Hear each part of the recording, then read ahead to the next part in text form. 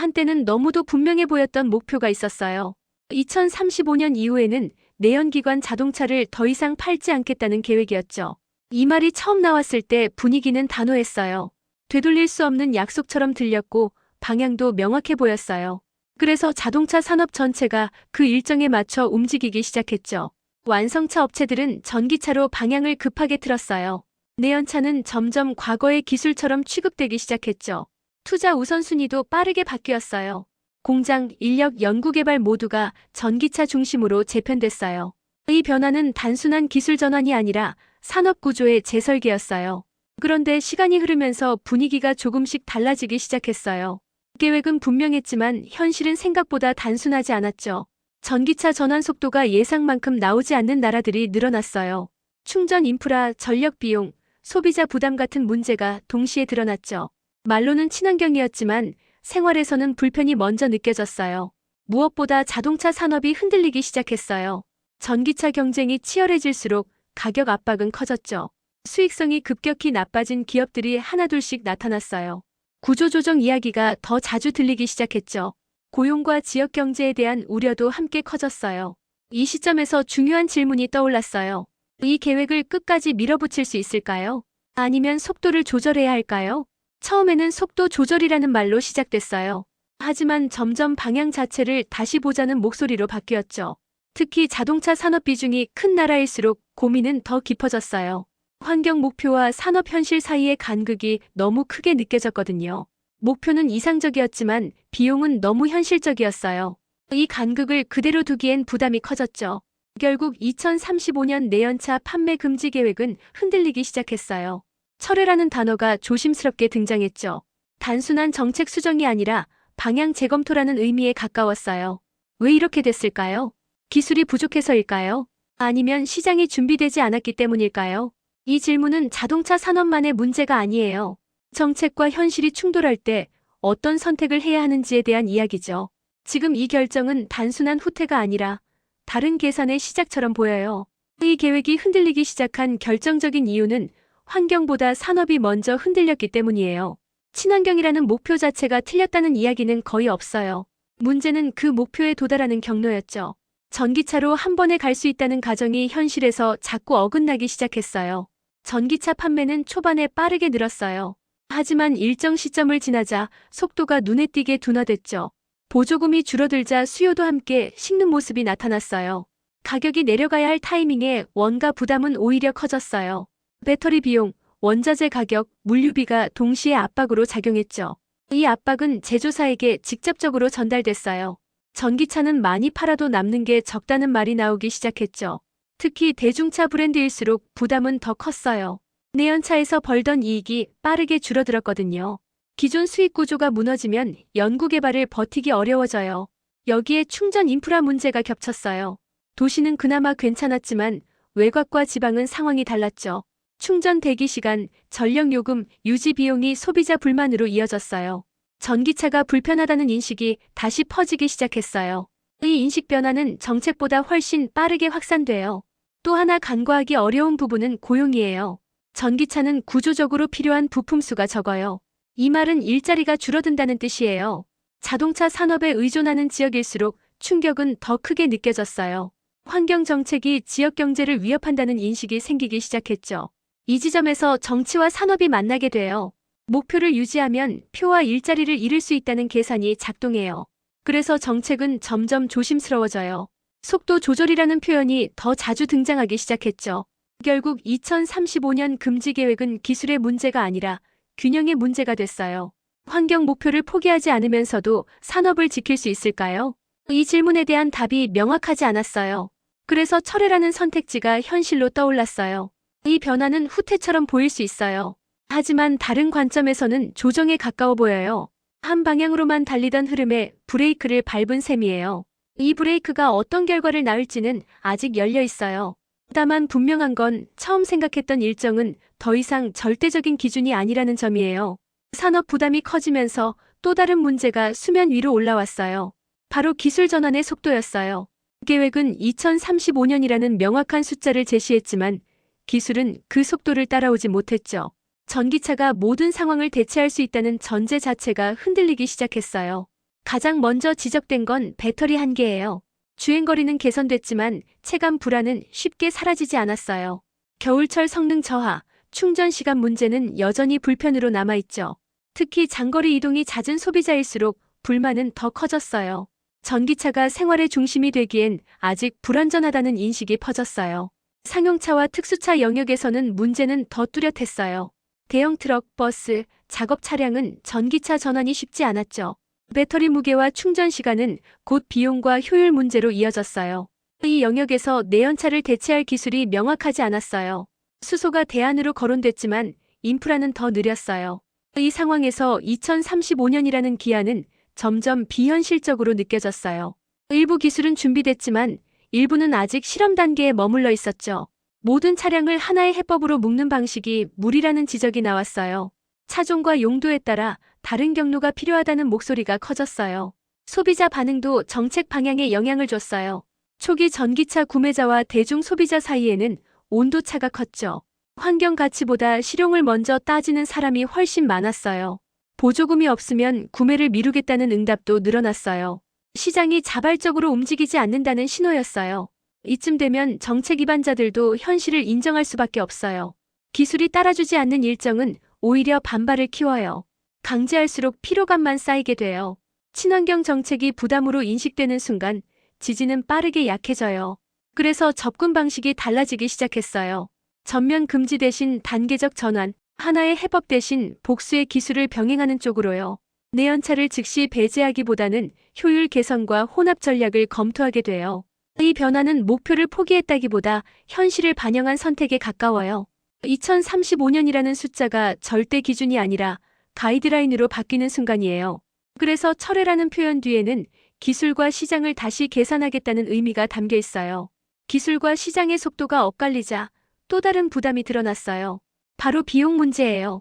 친환경 전환은 방향만으로 이루어지지 않아요.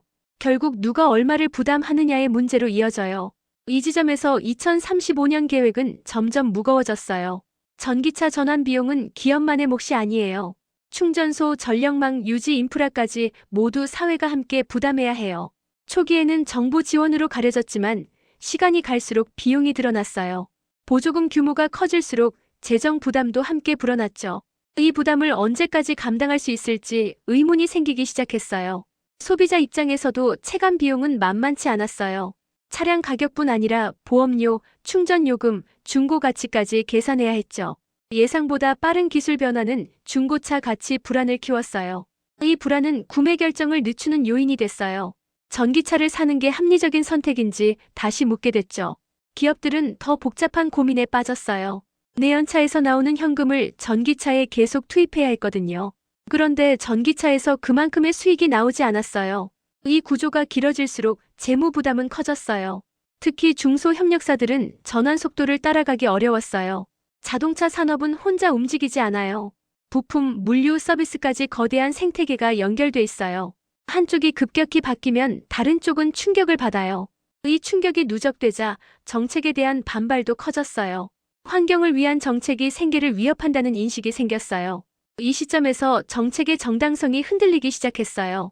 목표가 옳더라도 과정이 받아들여지지 않으면 지속되기 어려워요. 강제적 일정은 오히려 저항을 키웠어요. 사회적 합의가 부족하다는 목소리가 커졌죠. 그래서 방향은 조금씩 바뀌었어요. 전면 금지 대신 비용을 분산시키는 방식, 속도보다 수용성을 높이는 방식으로요. 내연차를 한 번에 밀어내기보다는 점진적 개선을 병행하는 선택이 현실적으로 보이기 시작했어요. 결국 2035년 계획 철회는 환경 의지를 버린 결정이 아니에요. 비용과 수용성을 다시 계산한 결과에 가까워요. 지속 가능한 전환을 위해 한 발 물러난 선택이에요. 비용과 수용성 문제가 겹치자 정책을 바라보는 시선도 달라지기 시작했어요. 처음에는 환경을 위한 결단처럼 보였던 일정이 점점 부담으로 느껴졌죠. 특히 일반 시민들의 체감이 크게 달라졌어요. 친환경이라는 말보다 생활비가 먼저 떠오르기 시작했거든요. 전기차 전환은 생각보다 많은 변화를 요구했어요. 집에 충전기를 설치할 수 있는지, 출퇴근 거리에서 불편은 없는지, 갑작스러운 고장이나 사고가 생기면 어떻게 되는지까지 고민해야 했죠. 이런 질문이 쌓이면서 확신은 줄어들었어요. 정책이 생활을 앞서갈 때 생기는 간극이 드러난 거예요. 제도가 먼저 달리고 사람들은 뒤에서 따라오지 못하는 모습이었죠. 이 간극은 불만으로 이어졌어요. 불만은 단순한 불평이 아니라 정치적 압력으로 바뀌었어요. 자동차는 단순한 이동수단이 아니에요. 많은 사람들에게는 생계와 직결돼 있죠. 자영업자, 운송업 종사자, 교회와 농촌 지역 주민에게 자동차는 필수품이에요. 이들에게 전면 금지는 현실을 무시한 결정처럼 느껴졌어요. 이런 목소리가 커지면서 정책은 더 이상 기술 문제로만 다뤄지지 않았어요. 사회적 합의의 문제로 옮겨갔죠. 모두가 감당할 수 있는 전환인지가 핵심 질문이 됐어요. 이 질문에 명확한 답을 내놓기 어려웠어요. 정치권도 이 흐름을 외면하기 어려웠어요. 선거와 민심은 항상 정책의 속도를 조절해요. 환경 목표가 중요해도 표심을 완전히 무시할 수는 없죠. 그래서 강경했던 일정은 점점 완화된 표현으로 바뀌었어요. 금지라는 단어 대신 전환, 유도, 단계적 변화 같은 표현이 등장했어요. 말이 바뀌면 정책의 성격도 달라져요. 강제가 아니라 선택의 문제로 이동하는 순간이에요. 이 변화는 단순한 정치적 후퇴로만 볼 수 없어요. 현실에서 작동하지 않는 정책은 지속 가능하지 않거든요. 환경 목표를 오래 가져가려면 속도를 조절할 필요도 있어요. 그래서 2035년 계획 철회는 멈춤이라기보다 숨 고르기에 가까워 보여요. 전환을 포기하지 않되 감당 가능한 속도로 다시 설계하겠다는 의미예요. 이 선택은 정책의 실패라기보다 정책이 현실을 다시 배우는 과정처럼 느껴져요. 의상과 현실이 충돌할 때 어느 쪽을 조정할지에 대한 결정이었죠. 사회적 합의가 흔들리기 시작하면 정책은 더 이상 속도를 내기 어려워져요. 목표가 아무리 옳아 보여도 지지가 빠지면 추진력은 급격히 약해지죠. 2035년 계획도 바로 이 지점에서 힘을 잃기 시작했어요. 환경을 반대해서가 아니라 방식에 대한 동의가 사라진 거예요. 특히 지역 간 격차 문제가 크게 드러났어요. 대도시는 전기차 전환이 비교적 수월했죠. 충전 인프라도 빠르게 깔렸고 선택지도 많았어요. 하지만 지방과 농촌은 전혀 다른 상황이었어요. 충전소 접근성부터 유지 비용까지 부담이 컸어요. 이 차이는 단순한 불편을 넘어 불공정으로 느껴졌어요. 같은 정책인데 누군가는 감당할 수 있고 누군가는 감당하기 어려운 구조였거든요. 이런 인식이 퍼지면 정책은 저항을 만나게 돼요. 또 하나 중요한 문제는 중간 목표의 부재였어요. 2035년이라는 종착지만 강조됐지 그 사이의 단계는 충분히 설명되지 않았어요. 사람들은 지금 무엇을 준비해야 하는지 헷갈리기 시작했죠. 불확실성은 가장 큰 불만 요소예요. 자동차를 지금 사도 될지, 몇 년 더 타도 되는지, 전기차를 사면 손해는 아닌지 이런 고민이 쌓이면서 시장은 관망으로 돌아섰어요. 정책은 방향을 제시해야 하지만 동시에 예측 가능성도 제공해야 해요. 그런데 2035년 계획은 이 부분에서 부족했어요. 너무 멀리 있는 목표만 강조됐거든요. 이 시점에서 정책 위반자들은 선택을 해야 했어요. 반발을 감수하고 밀어붙일지 아니면 한 발 물러서서 구조를 다시 짤지 말이에요. 결국 선택된 건 두 번째였어요. 철회라는 표현이 쓰이기 시작한 이유도 여기에 있어요. 완전히 포기하는 것보다 일단 멈추고 다시 설계하겠다는 의미에 가까워요. 이 과정에서 중요한 인식 변화가 하나 생겼어요. 친환경 전환은 단기 프로젝트가 아니라 장기 관리 과제라는 점이에요. 한 번의 결정으로 끝낼 수 없다는 현실을 받아들인 거예요. 그래서 정책의 톤도 달라졌어요. 강제 일정 대신 유연한 로드맵, 단일 해법 대신 다양한 선택지를 강조하게 됐죠. 2035년 계획 철회는 이 전환의 상징이에요. 이상을 접은 장면이 아니라 현실에 맞춰 다시 출발선의 선 장면에 가까워요. 이런 변화가 이어지면서 자동차 산업의 시선도 달라지기 시작했어요. 한 방향으로만 달리던 전략이 다시 갈라지고 있어요. 전기차만이 유일한 해답이라는 확신이 약해졌죠. 대신 여러 기술을 함께 가져가는 방식이 현실적으로 보이기 시작했어요. 내연기관은 끝났다는 말이 한동안 당연처럼 쓰였어요. 하지만 실제 현장에서는 완전히 사라질 준비가 돼 있지 않았죠. 효율을 높인 내연차, 하이브리드, 연료 혼합 기술이 다시 주목받기 시작했어요. 환경 부담을 줄이면서도 기존 인프라를 활용할 수 있다는 점이 재평가됐죠. 자동차 기업들도 전략을 조정하고 있어요. 전기차 투자 비중을 줄이겠다는 말이 아니라 속도를 나누겠다는 쪽에 가까워요. 시장 반응을 보면서 단계적으로 가져가겠다는 판단이에요. 이 변화는 소비자에게도 신호를 줘요. 지금 당장 선택을 강요하지 않겠다는 의미처럼 읽혀요. 기술이 안정될 때까지 기다릴 수 있다는 여지를 주죠. 이 여지는 불안보다는 숨통을 틔워줘요. 정책 입장에서도 이 방식이 부담이 덜해요. 하나의 기술에 모든 걸 걸지 않아도 되거든요. 실패했을 때의 비용과 책임을 분산시킬 수 있어요. 그래서 다원화된 전략은 점점 설득력을 얻고 있어요. 여기서 중요한 건 방향 전환의 의미예요. 친환경 목표가 사라진 건 아니에요. 다만 도달 방식이 바뀌고 있을 뿐이에요. 빠르게 가느냐보다 오래 가느냐가 더 중요해졌어요. 자동차 산업은 한번 무너지면 회복이 어려워요. 수십 년에 걸쳐 쌓은 기술과 고용이 연결돼 있죠. 그래서 정책은 산업의 연속성을 더 고려하게 됐어요. 급격한 단절보다 완만한 이동이 선택되고 있어요. 이 흐름 속에서 2035년이라는 숫자는 상징으로 남았어요. 반드시 지켜야 할 데드라인이라기보다는 방향을 가리키는 표지판이에요. 표지판은 방향만 알려줄 뿐 속도까지 강요하지는 않죠. 그래서 철회는 실패 선언처럼 보이지 않아요. 오히려 전략 수정에 가까워 보여요. 현실을 인정하고 다시 계산한 결과예요. 이 선택이 단기적으로는 혼란을 줄 수 있어요. 하지만 장기적으로는 반발과 피로를 줄일 가능성도 있어요. 정책은 결국 사람들이 따라올 수 있을 때 힘을 가져요. 지금의 변화는 그 기본으로 돌아가는 과정처럼 느껴져요. 의상을 포기한 게 아니라 의상을 지키기 위해 방법을 바꾼 장면이에요. 여기까지 오면 2035년 내연차 판매 금지 계획을 다시 보게 돼요. 처음에는 분명한 결단처럼 보였지만 지금은 다른 의미로 읽혀요. 너무 앞서간 약속이었는지 아니면 준비가 덜 된 선언이었는지 생각하게 되죠. 이 질문 자체가 지금 상황을 잘 보여줘요. 정책은 방향을 제시하는 역할을 해요. 하지만 방향이 현실을 압도하면 부담이 돼요. 2035년이라는 숫자는 분명한 목표였지만 동시에 많은 사람들에게 압박으로 작용했어요.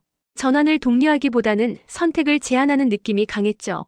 이 느낌이 누적되면서 지지는 서서히 빠져나갔어요. 환경을 반대하지 않으면서도 정책에는 고개를 젓는 사람들이 늘어났어요. 결국 중요한 건 속도가 아니라 신뢰였어요. 이 전환이 나에게 어떤 미래를 가져올지 감당할 수 있는 변화인지에 대한 확신이 필요했죠. 그 확신을 주지 못하면 정책은 오래 버티기 어려워요. 2035년 계획 철회는 이 한계를 인정한 선택처럼 보여요. 목표를 접은 장면이라기보다 목표에 도달하는 방식을 다시 묻는 장면에 가까워요. 친환경 전환은 단거리 경주가 아니에요. 산업, 기술, 사회가 함께 움직여야 하는 장거리 마라톤이에요. 한 번에 속도를 끌어올리면 초반에는 앞설 수 있어요. 하지만 중간에 지치면 완주가 어려워요. 이번 결정은 숨을 고르는 선택처럼 느껴져요. 잠시 멈춰서 현실을 점검하고 다시 출발하기 위한 준비 과정이에요. 앞으로 정책은 더 복잡해질 거예요. 전기차 하이브리드, 내연차 개선, 다른 대안 기술이 함께 논의될 거예요. 하나의 해답보다는 조합이 중요해질 거예요. 이 조합은 느려 보일 수 있어요. 하지만 사회 전체가 따라올 수 있는 길이에요. 강제로 끌고 가는 길보다 스스로 선택하게 만드는 길에 가까워요. 그래서 2035년 계획 철회는 후퇴로만 보이지 않아요. 정책이 현실과 다시 대화하기 시작했다는 신호처럼 보여요. 의상을 고집하다가 멈춘 게 아니라 의상을 지키기 위해 방법을 바꾼 장면이에요. 결국 이 결정이 남기는 질문은 하나예요. 우리는 얼마나 빠르게 가야 할까요가 아니라 얼마나 오래 갈 준비가 돼 있을까요예요. 그 질문에 답할 수 있을 때 친환경 전환은 선언이 아니라 생활로 자리 잡게 될 거예요.